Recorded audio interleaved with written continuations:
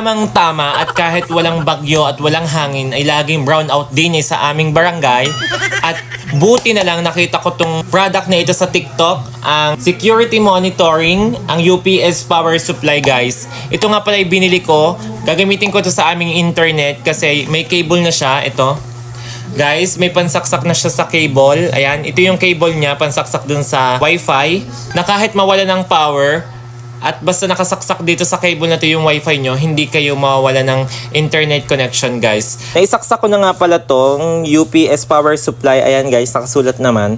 Ayan, makikita nyo may ilaw dito kapag gumagana na siya. So guys, sasaksak na natin tong cable na to dito sa likod ng ating wifi. Ilalagay natin siya dito. May power na yung aming wifi. Dito na siya nakasaksak guys, ayan. Dito, ayan. Kita nyo naman kapag may ilaw siya, gumagana siya, ayan dito. And then, itry nating bunutin. Bubunutin ko na yung saksak niya dito. Ito try natin kung gumagana pa din siya.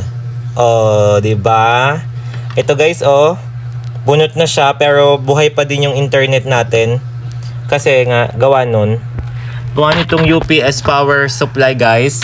Kaya kahit brown out, gumagana pa din yung ating wifi kasi nga may UPS power supply tayo, guys. Ayan. Kaya naman sa mga gusto mag-check out dyan sa Yellow Basket guys, yung UPS power supply.